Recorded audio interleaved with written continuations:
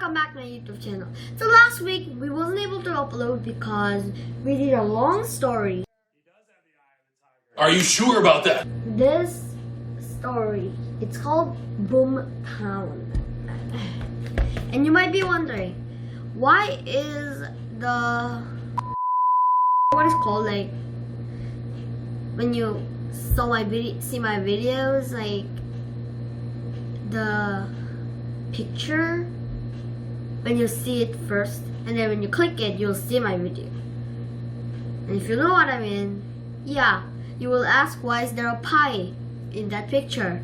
Because I'm not going to spoil it. You will know when you listen to this story. So let's just get right into it.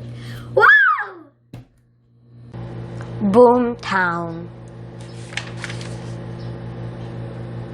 It took us 21 days on the stagecoach to get to California. When we got there, I thought we'd lived with Pa in the goldfields. A whole tent city was built up, but Ma shook her head. The goldfields are no place for children. We'll get a cabin and live in town. What town? A stage stop, a pump house, a few log cabins, that was all. It was so wide and lonesome out west, even my shadow ran off. Ma found a cabin big enough for all of us. Baby Betsy, brother Billy, Joe, Ted, and me, Amanda. Pa came from the goldfields every Saturday night singing. So I got me a mule and some mining tools. I shovel and pick a pan, but I work all day without no pay. I guess I'm a foolish man. First, Ma made him take a bath in a tin tub set out under the stars. Then Pa sang songs and told stories he'd heard from the miners.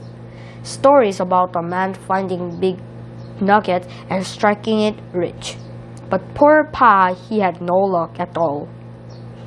Still, every Monday morning he lived for the goldfields full of hope. Days were long and lonely. The hills spread out as far as forever.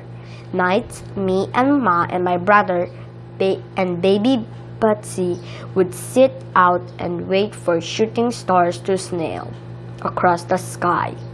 Once in a while, a crow flew by. That was all the excitement there was.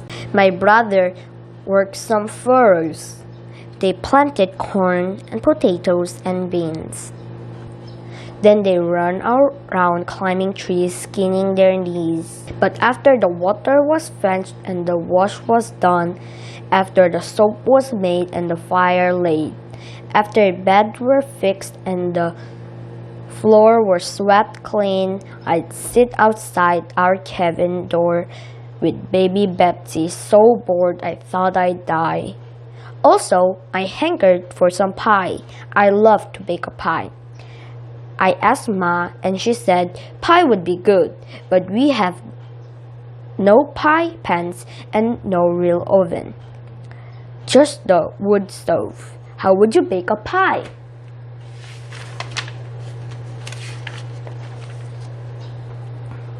I poked around in a big box of stuff and found an old iron skillet. I decided to make a pie crust and picked gooseberries to fill it. Gooseberry grew on the bushes near town. I picked a big pail full and went back home. I made a crust with flour, butter, a little water, and a pinch of salt. And then I rolled it out. Ma came in and said, "Looks good, Amanda. I know you could make it.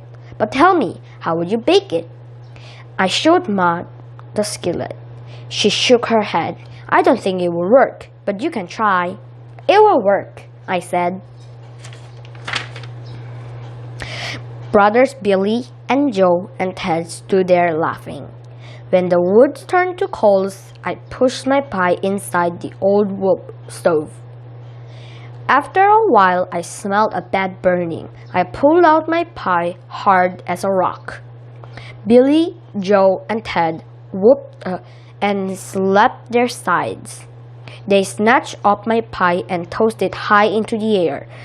Then they ran outside and Billy whacked it hard with a stick. Pie pieces flew all over the place, and brothers bent over laughing. I was so mad I went right back in to make another. I swore none of them would get a bite. I rolled out my crust and filled it with berries. I shoveled the pie into the oven and soon took it out. I set my pie down to cool. I went off to do some mending. The next thing I knew, baby Betsy, just learning to walk, sat there with pie glue all over her face. Too soft, the filling ran down on Betsy, and she wailed like a coyote in the night. It took one more try, but I got it right. The night we ate the gooseberry pie, and it was delicious. When Pa came home from the goldfields on Saturday night, there was pie for him too. "Amanda, you're the queen of the kitchen." Pa scooped me up and whirled me around. I was proud. The next week, I made an extra pie for Pa to take with him to the goldfields. Saturday nights, when he came home singing, coins jugged in his pockets, we all ran out to ask, "Did you strike gold, Pa?" "No," he said. "I sold Amanda's pie. The minders loved it. They paid me 25 cents a slice." After that, Pa took pies to the goldfields every week, and every week he came home with coins in his pockets. Some miners walked right to our door looking for pie. They told Ma, "You should open a bakery." Ma said, "It's my girl Amanda who is a baker. If she wants to make pies, that's fine, but I have no time." Ma had a new baby on the way. It was all up to me. I figured I could sell pies to the miners and fill up our money jar. But I needed help. I rounded up my brothers and told them, "If you want to eat pie, you got to work." They grumbled and groaned, but they knew I meant it. So Billy built me a shelf, Joe made a sign, Amanda's fine pies, and Ted helped pick berries and sour apples. I needed more pens and another bucket. One day, Peddler Pete came by, and with the money I'd made, I bought them. "You're a right smart little girl," said the peddler, "being in business like this." I thought fast and told him, "Anybody can make money out here. Folks need things all the time, and there's no stores around. If you were to sell and start one, I'll bet you get rich." Peddler Pet scratched his beard. "Not a bad idea," he said. "My feet are so sore, and from roaming, I could use this cart and build my way up to having a store." So pretty soon, we had us a real store called Peddler Pet Trading Post. Trappers and traders and travelers appeared. After shopping at Pids, they were good and hungry. They came to our cabin looking for pie. Some liked it here so well they decided to stay. Soon we had a cooper, a tanner, a miller, a blacksmith. A town was starting to grow. A prospector came in on the stage from St. Joe, his clothes covered with dirt. He looked around at the folks eating pie, and he asked, "Is there someone here who does washing?" I stepped right up and told him, "What we need is a laundry. Why don't you stay and start one?" "Why, the miners are sending their shirt clear to China. You'll make more money doing laundry than looking for gold. The man thought a while. Then he said with a smile, "You're right, little lady. It's a dainty idea. I'll send for my wife to help." Soon, shirts and sheets fluttered on the line as people brought their washing in. A tailor came to make a man clothes. A cobbler crafted shoes and boots. We heard the tap-tap of his hammer and smelled the sweet leather. A barber moved in with shaving mugs and an apothecary with herbs and healing drugs. So the town grew up all around us. My pie business blossomed. Sometimes the line snagged clear around the house. Baby Betsy entertained the people while they waited. Billy added another shelf. Joe and Ted made a bench. We all picked berries and apples. Even Ma came to help. We had to get bigger jar for all the money coming in. One day, our old friend Cowboy Charlie rode by. Like everyone else, he stopped for some pie. "I'd like to rest a spell," he said. "Where can I leave my horse for the night?" "There's no livery stable," I said. "But why don't you start one? You'd rent out horses and wagons too. That would be the perfect business for you." "You're just full of great ideas, little lady," Cowboy Charlie said. He twirled his laylet. "I'd like to settle down. I'll stay here and do just that." Soon, trail was worn right to Charlie's stable door. All day we heard the snoring of horses. Now Charlie needed hay.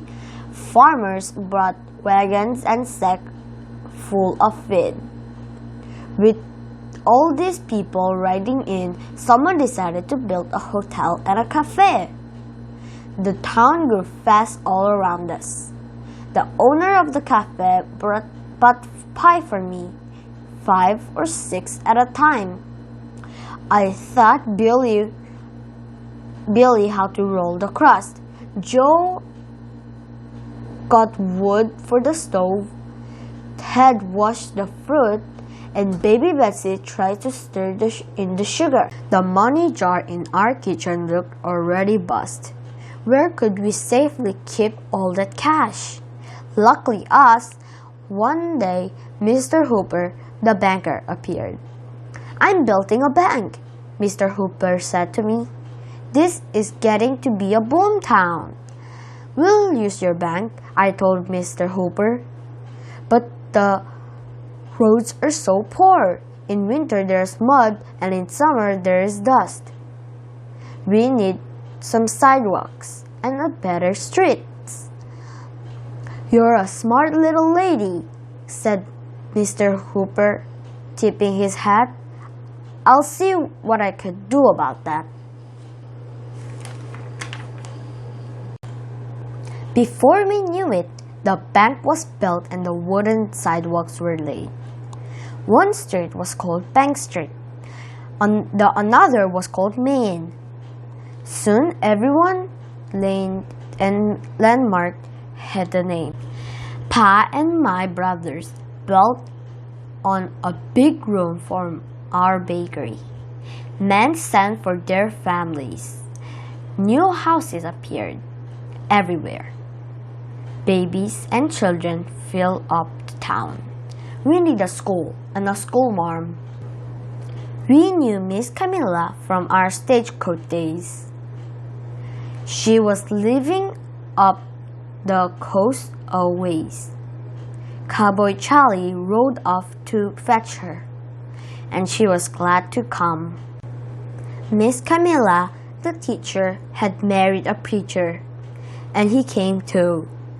We all got together to build a church and a school. Bells rang out every day of the week. Now this was a real boom town.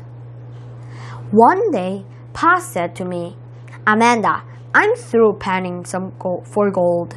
Will you let me be in business with you? Sure, I said happily. I'd love to work with you, Pa.